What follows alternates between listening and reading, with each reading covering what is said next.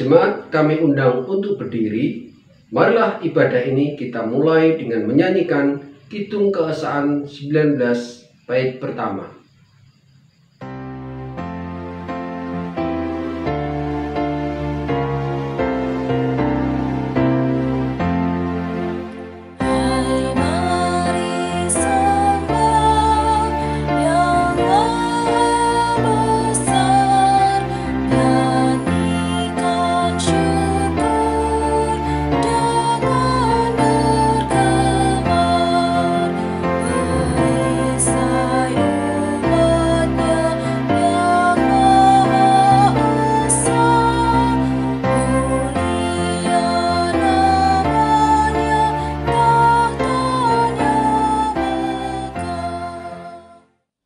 Jemaat yang dikasihi Tuhan, marilah ibadah pada pagi hari ini kita mulai dengan sebuah pengakuan bahwa pertolongan kita adalah dalam nama Tuhan, pencipta langit dan bumi.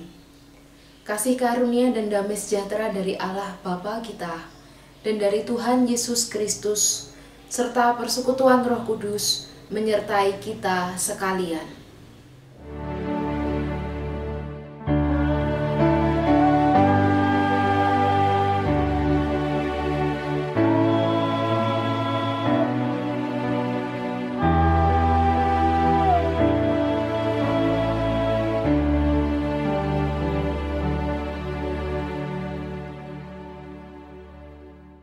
Jemaat yang dikasihi Tuhan, tema ibadah hari ini adalah Yesus Kristus damai sejahtera kita. Marilah kita menyanyikan Kidung Keesaan 49 bait pertama.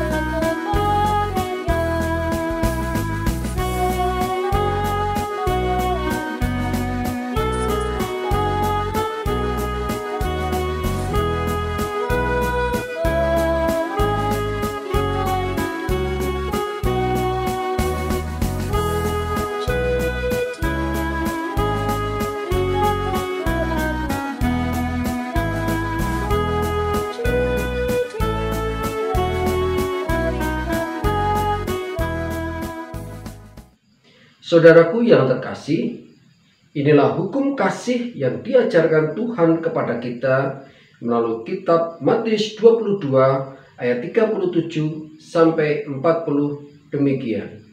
Kasihlah Tuhan Allahmu dengan segenap hatimu dan dengan segenap jiwamu dan dengan segenap akal budimu. Itulah hukum yang terutama dan yang pertama. Dan hukum yang kedua yang sama dengan itu ialah kasihilah sesamamu manusia seperti dirimu sendiri. Pada kedua hukum inilah tergantung seluruh hukum Taurat dan kitab para nabi. Saudaraku, bercermin dari hukum kasih Tuhan, marilah kita merendahkan diri, mengakui segala dosa dan pelanggaran kita, serta mohon pengampunan Tuhan. Kita naikkan nyanyian penyesalan dari Kidung Keesaan 681 bait pertama dan kedua.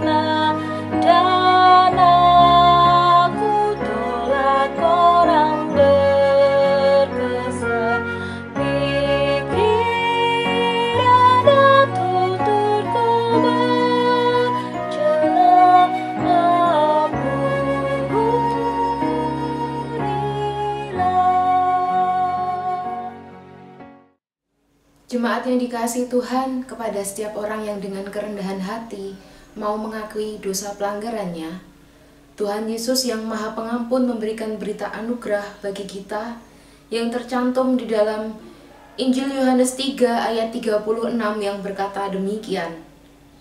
Barang siapa percaya kepada Anak, ia beroleh hidup yang kekal. Tetapi barang siapa tidak taat kepada Anak, ia tidak akan melihat hidup, melainkan murka Allah tetap ada di atasnya. Demikianlah berita anugerah dari Tuhan.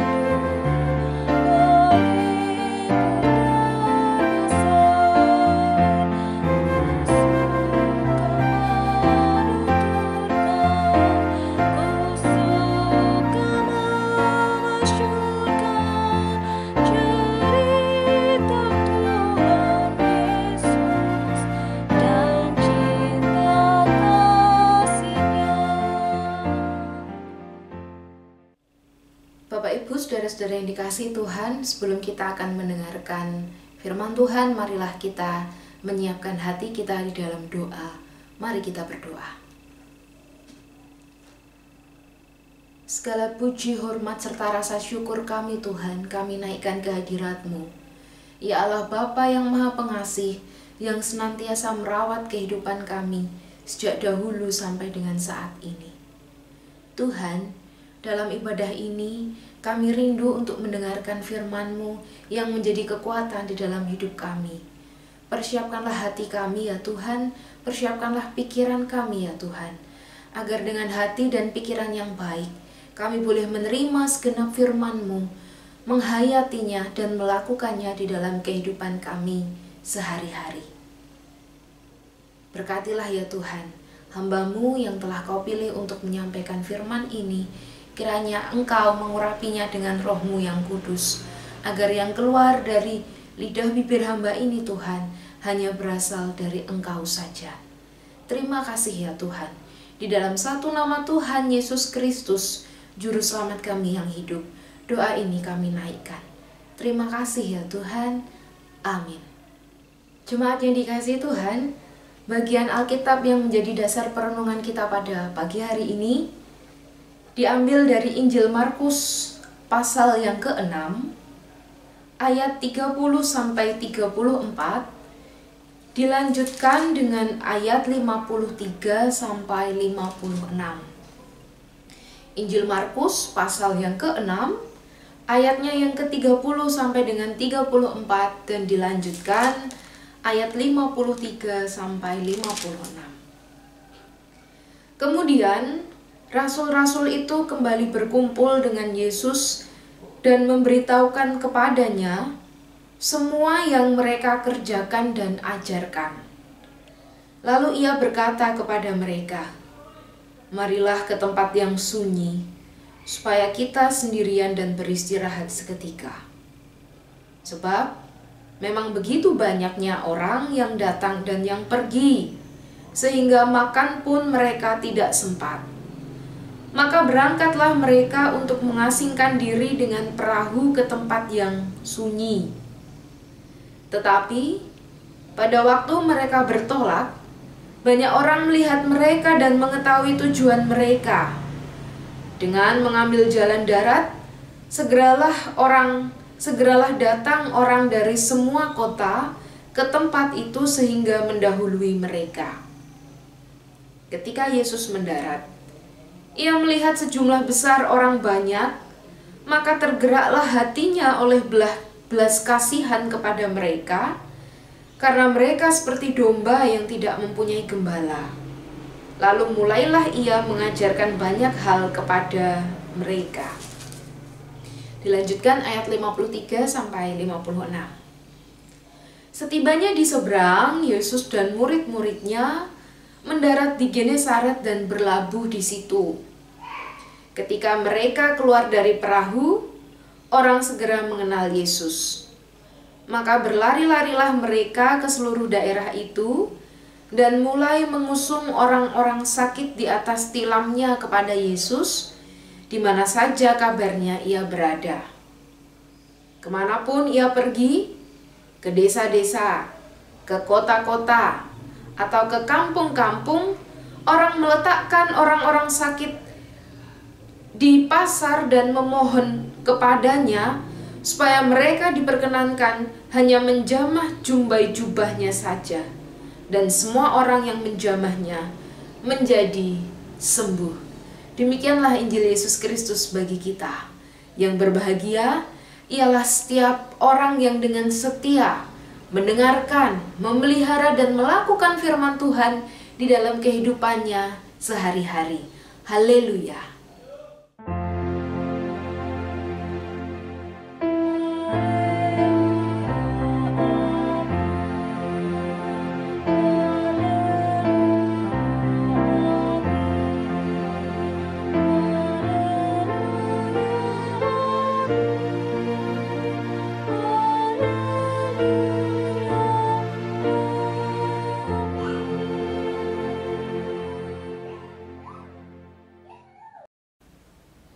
Bapak, Ibu, saudara-saudara dan anak-anak yang dikasihi Tuhan, Shalom, selamat pagi.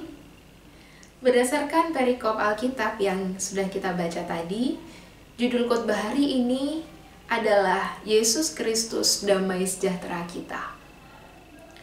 Berbicara mengenai damai sejahtera, dari perspektif kita secara manusiawi, tentu hal itu akan kita rasakan kalau beberapa kriteria yang akan saya sebutkan ini bisa terpenuhi. Antara lain, ada yang merasakan damai sejahtera kalau kebutuhan pangan sehari-hari bisa tercukupi. Atau ada juga yang merasa damai sejahtera jikalau kebutuhan akan rasa aman dan nyaman itu bisa mereka dapatkan. Ada juga di antara kita yang mungkin mengatakan, oh, saya akan merasa damai sejahtera kalau saya bisa terbebas dari sakit, penyakit. Saya percaya bahwa paling tidak ada satu dari beberapa kriteria tersebut yang juga menjadi jawaban saudara dan saya ketika ditanya mengenai hal apa yang dapat membuat kita merasakan damai sejahtera itu. Dalam ilmu psikologi, ada seorang psikolog terkenal yang bernama Abraham Maslow yang juga mengatakan bahwa memang sandang, pangan, papan, dan juga oksigen untuk bernafas adalah kebutuhan yang paling mendasar bagi manusia.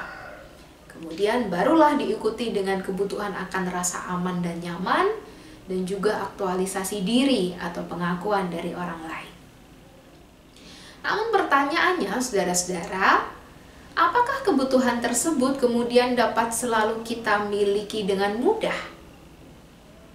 Ya tentu, kita berharap jangan susah-susah lah untuk mencukupi kebutuhan makan sehari-hari. Atau mungkin ya kalau kita harus sakit, mengalami suatu sakit penyakit, jangan sampai berlarut-larut atau jangan lama-lama lah. Memang demikian harapan kita. Namun realitanya tidak selalu demikian. Ada kekhawatiran-kekhawatiran yang muncul dalam diri kita ketika berhadapan dengan sebuah situasi yang sepertinya di luar kendali kita manusia. Dan dalam bacaan pada hari ini kita akan melihat bagaimana Yesus itu berkuasa penuh atas seluruh kehidupan orang percaya. Bapak, Ibu, saudara-saudara dan anak-anak yang dikasihi Tuhan, dalam pasal yang ke-6 ayat 30 sampai 34, diawali dengan cerita bahwa para murid ini pada akhirnya bisa berjumpa kembali dengan Yesus, Sang Guru, setelah mereka melakukan tugas perutusan di berbagai tempat. Kalau dalam pasal 6 ayat 12 dikatakan, mereka harus memberitakan bahwa orang harus bertobat, mereka mengusir banyak setan, dan mereka mengoles banyak orang sakit dengan minyak serta menyembuhkan mereka. Itu artinya ada tugas pelayanan yang sungguh-sungguh mereka lakukan pada orang banyak. Apakah di dalam tugas pelayanan itu jalannya mudah? Tentu tidak selalu demikian. Bahkan Yesus pun di awal juga sudah mengatakan kepada para murid bahwa jalan yang akan ditempuh ini akan melewati kerikil-kerikil yang sulit. Ada penolakan-penolakan yang bisa saja dihadapi, dialami oleh para murid. Dan hal itu semuanya diceritakan kepada Sang Guru ketika mereka berjumpa. Apa yang menjadi tanggapan Yesus mendengar cerita dari para murid? Sungguh sangat luar biasa, Bapak Ibu Saudara. Ternyata Yesus sangat memperhatikan secara detail cerita, kisah, perjalanan yang disampaikan oleh para murid ini. Dan lebih daripada itu, Yesus memperhatikan apa yang menjadi kebutuhan mereka pada saat itu.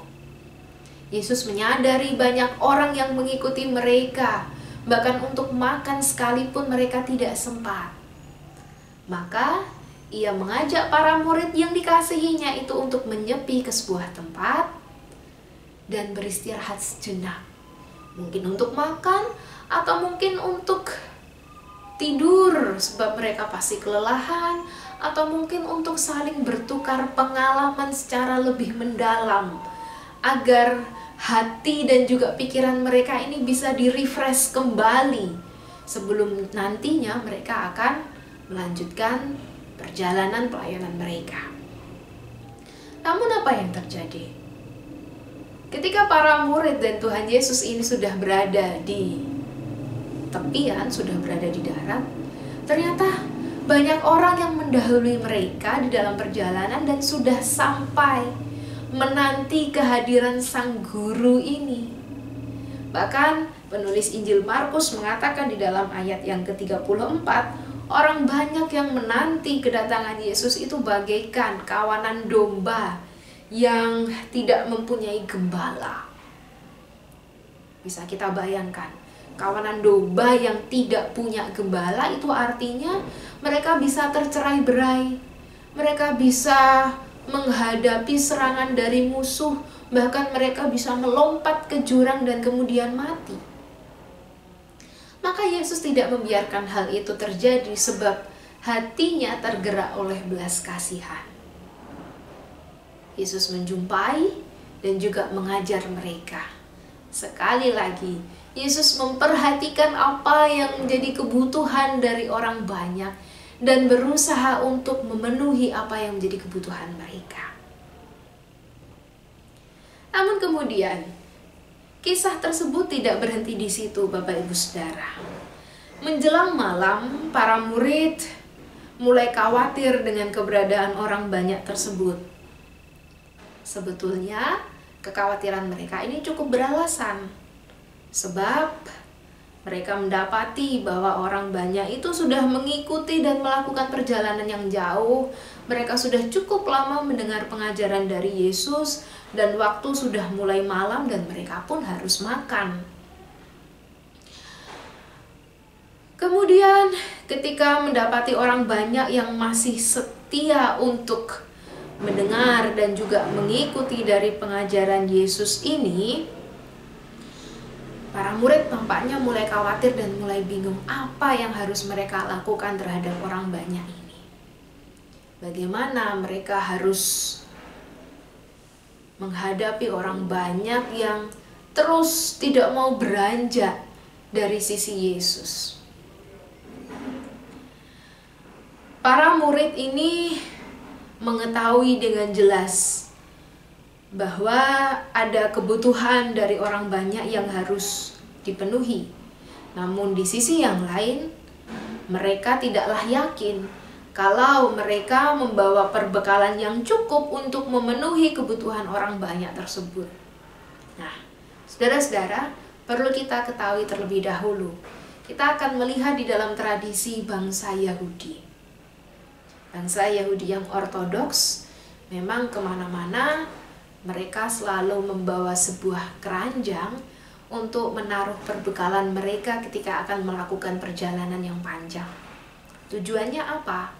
Perbekalan ini bisa mereka makan sewaktu-waktu, dan mereka bisa memastikan bahwa makanan yang mereka makan ini adalah makanan yang halal, yang dapat mereka konsumsi.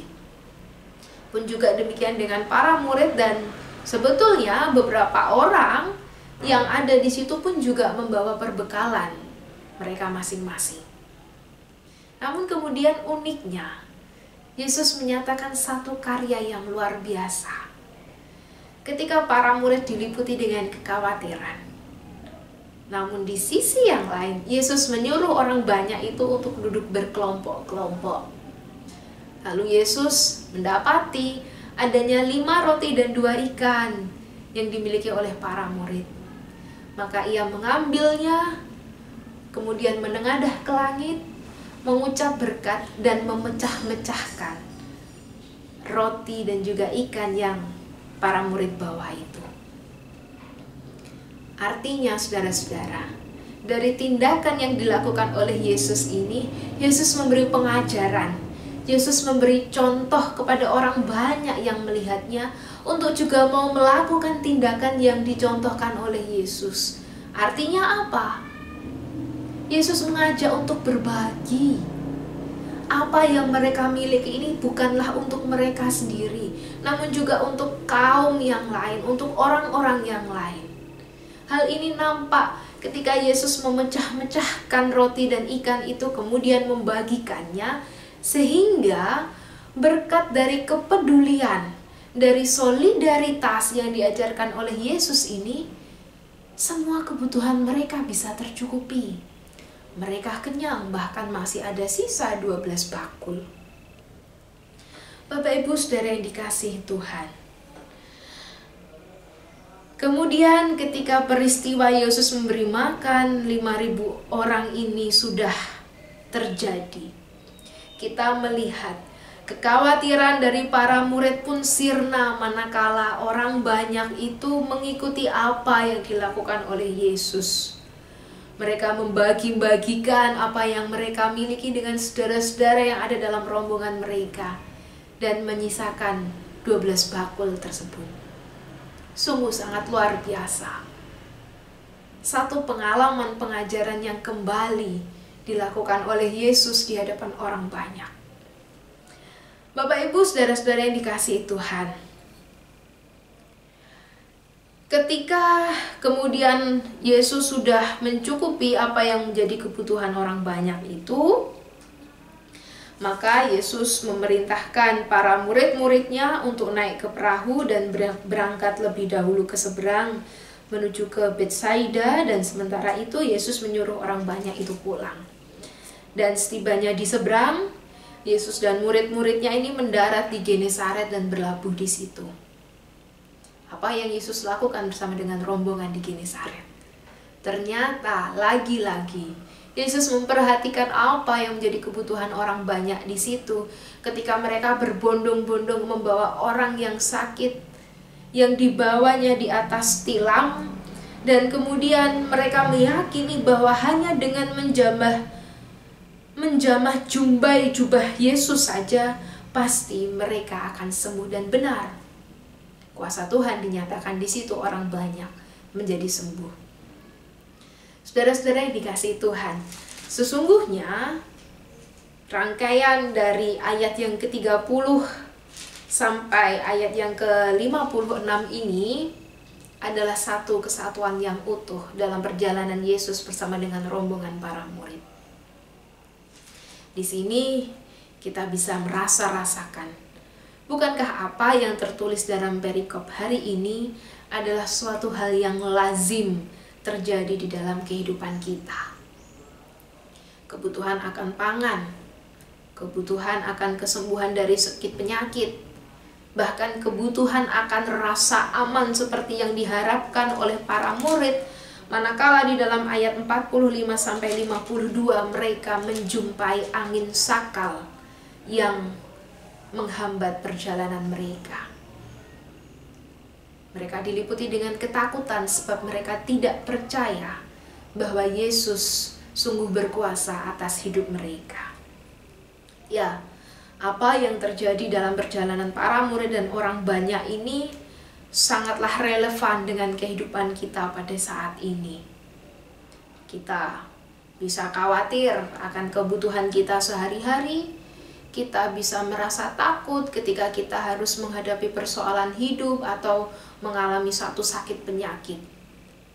Namun, satu hal yang pasti, dari rangkaian peristiwa yang saat ini kita saksikan bersama-sama, ada karya luar biasa yang dilakukan oleh Yesus, dan menariknya, karya Yesus ini selalu tidak terduga, bahkan oleh para murid sekalipun. Saat manusia merasa khawatir, pada saat itu juga ada karya Yesus yang ditunjukkan bagi kita. Saudara-saudara yang dikasihi Tuhan, berbicara mengenai kebutuhan kita, manusia memanglah sangat beragam. Baik itu secara material maupun secara spiritual. Dan segala yang dibutuhkan oleh manusia, kita percaya pasti akan dipenuhi oleh Tuhan. Seperti judul khotbah pada pagi hari ini, bahwa Yesus sendirilah damai sejahtera bagi kita. Artinya apa? Yesus sendirilah yang mampu memberikan kelegaan, ketenangan, mencukupi kebutuhan kita, menjawab semua kekhawatiran kita, menjawab semua keluh kesah kita. Bahkan pada saat ini yang lebih penting, bukan hanya Yesus menunjukkan bahwa Ia mampu menjadi damai sejahtera bagi diri kita, lebih daripada itu Bapak Ibu Saudara, Yesus juga mengajar agar hidup kita ini mampu menjadi damai sejahtera bagi orang lain. Sekali lagi kita mengingat bagaimana Yesus memupuk solidaritas di antara orang banyak, sehingga mereka mampu membuka, mengumpulkan, dan membagikan perbekalan yang mereka miliki untuk mencukupi kebutuhan mereka secara bersama-sama. Hal itu pun juga yang harusnya menjadi spirit kita pada saat ini. Ketika Tuhan sudah memberi damai sejahtera, ketika Tuhan sudah memberi berkat kepada kita, maka sudah semestinya kita pun juga bertanggung jawab untuk membagikan berkat itu kepada sesama kita, untuk terus berbagi agar orang semakin banyak yang merasakan damai sejahtera Kristus itu. Saudara-saudara yang dikasihi Tuhan, memang terkadang ego kita yang membuat kita enggan untuk berbagi. Mungkin kita berpikir, untuk mencukupi kebutuhan sehari-hari saja masih kurang, masa saya harus berbagi kepada orang lain? Disinilah memerlukan iman. Disinilah membutuhkan keberserahan diri pada Tuhan. Bahwa segala apa yang kita miliki ini sesungguhnya bisa kita bagikan untuk orang-orang yang ada di sekitar kita, tanpa kita merasa kekurangan. Firman Tuhan pada hari ini mengajak Bapak Ibu Saudara dan saya untuk bisa mengatur hidup dengan bijaksana. Artinya kita harus bisa terus bersyukur dan menyadari segala berkat yang telah diberikan Tuhan bagi kita. Kita terus mengingat bahwa Tuhan memiliki caranya sendiri yang terkadang tidak pernah kita duga, yang terkadang jauh dari apa yang kita bayangkan. Tapi disitulah cara Tuhan untuk menolong kita. Tidak ada alasan bagi kita untuk merasa khawatir seperti yang dialami oleh para murid. Melainkan kita harus percaya dan berserah terhadap pemeliharaan Tuhan dalam kehidupan kita sehari-hari. Tuhan Yesus memberkati kita semua. Amin. Saat teduh bagi kita.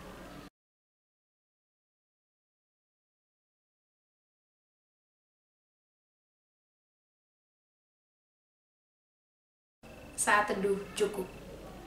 Bersama dengan umat Allah di segala masa dan tempat kita, mengingat pengakuan kita menurut pengakuan iman rasuli demikian. Aku percaya kepada Allah Bapa yang Maha Kuasa, Khalik langit dan bumi, dan kepada Yesus Kristus, anaknya yang tunggal Tuhan kita, yang dikandung dari Roh Kudus, lahir dari anak darah Maria, yang menderita di bawah pemerintahan Pontius Pilatus, disalibkan, mati, dan dikuburkan, turun ke dalam kerajaan maut. Pada hari yang ketiga, bangkit dari antara orang mati, naik ke surga, duduk di sebelah kanan Allah Bapa yang Maha Kuasa, dan akan datang dari sana untuk menghakimi orang yang hidup dan mati. Aku percaya kepada Roh Kudus, gereja yang kudus dan am, persekutuan orang kudus, pengampunan dosa, kebangkitan daging, dan hidup yang kekal. Bapak, Ibu, Saudara-saudara, dan anak-anak yang dikasihi Tuhan, marilah kita menyatukan hati dan pikiran kita, tunduk di hadirat Tuhan, di dalam doa syafaat. Mari kita berdoa. Puji syukur kami naikkan ke hadirat-Mu ya Bapa. Oleh karena cinta kasih-Mu, Engkau memberi kesempatan bagi kami untuk bisa beribadah, mendengar firman-Mu. Dan pada saat ini Tuhan, secara khusus kami akan menaikkan doa syafaat. Yang pertama, Tuhan, kami berdoa bagi seluruh jemaat GKJ Sampangan Keratenan, secara khusus bagi jemaat yang saat ini sedang mengalami keterbatasan karena menderita sakit penyakit dan memerlukan pemulihan. Kami berdoa ya Tuhan, untuk keluarga Bapak Agung Wahyu, Ibu Samijan, Bapak Girin, Bapak Sutiono, Bapak Andrea Sukinowati, keluarga Bapak Yusuf, Ibu Oong, keluarga Bapak Surono, Bapak Bayu Raditya, Bapak Sunarno, Bapak Suratno, keluarga Bapak Dwi Martanto, keluarga Bapak Hudi Purnomo, Saudari Punarsih, Bapak Teguh, Ibu Supardi, Bapak Johan Supriyanto, Bapak Oktavus Nugroho, keluarga Bapak Bowo Kasianto, Ibu Verina, Bapak Sarim, Bapak Kushananto Agung, Bapak Lasono, Ibu Rasid, Ibu Hartawan, dan saudara kami yang lain yang namanya tidak dapat kami sebutkan satu persatu.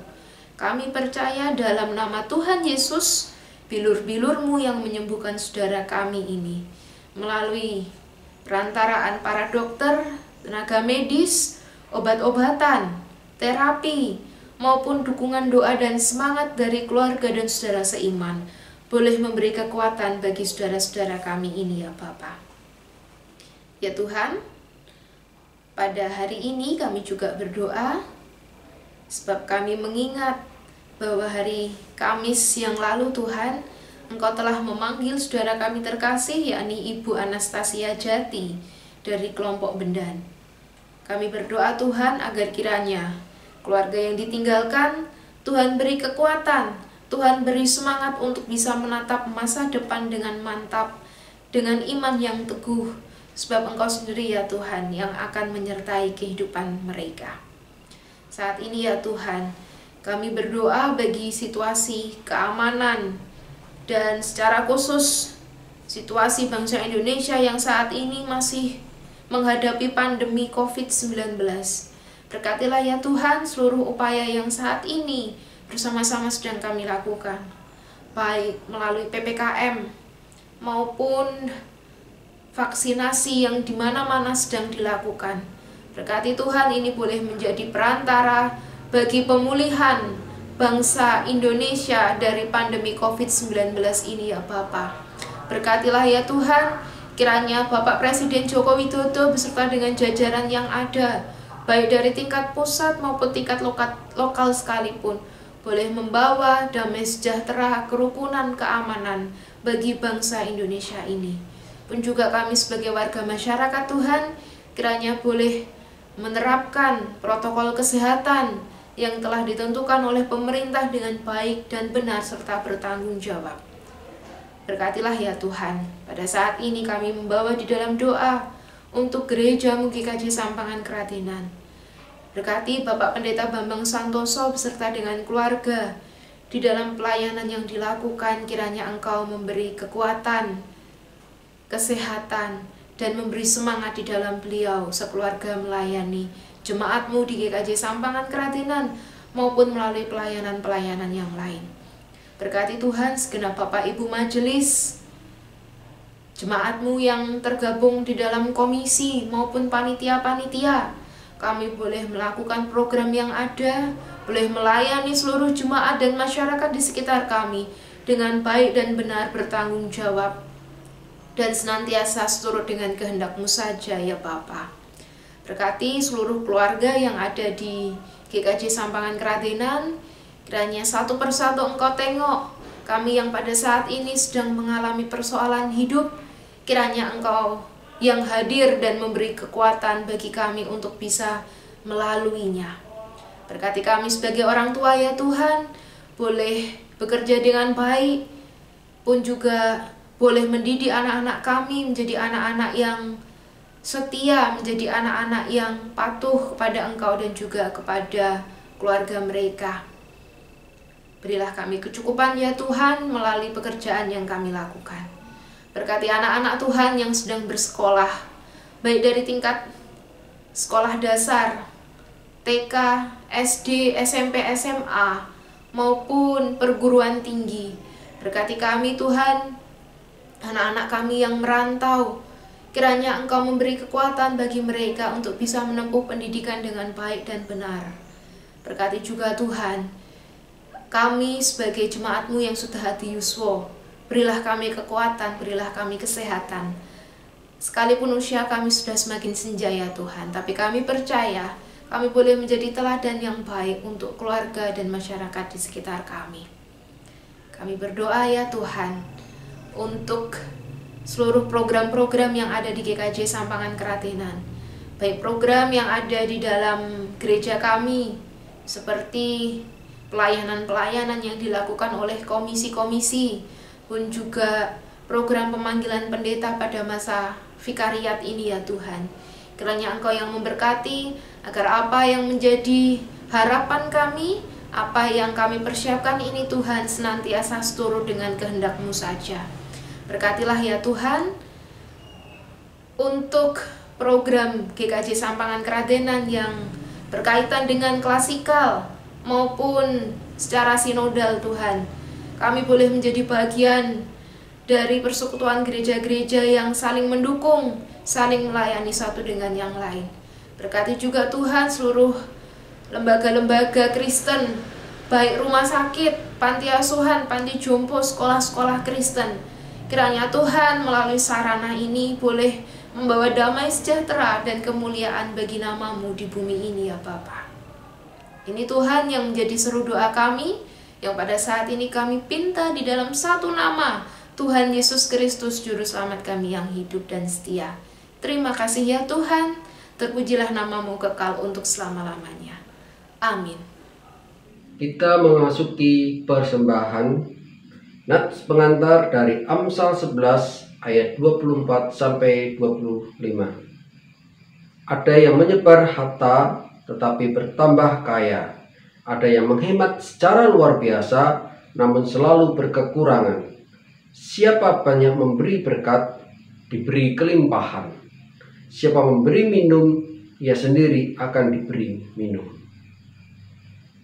Jemaat menyanyikan lagu Kidung Keesaan 517 bait pertama.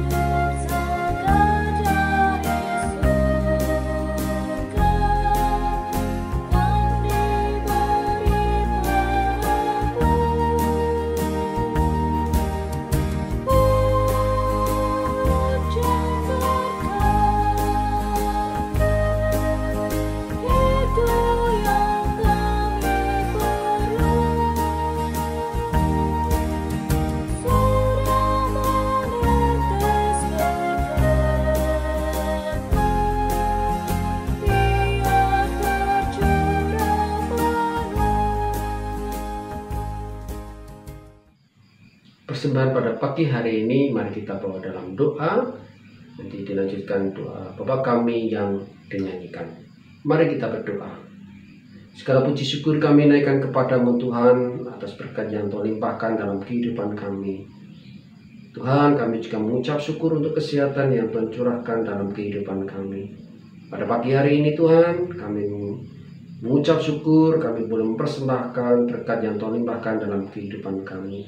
Kiranya persembahan ini dapat berkenan bagi kemuliaan dan kemuliaan nama Tuhan.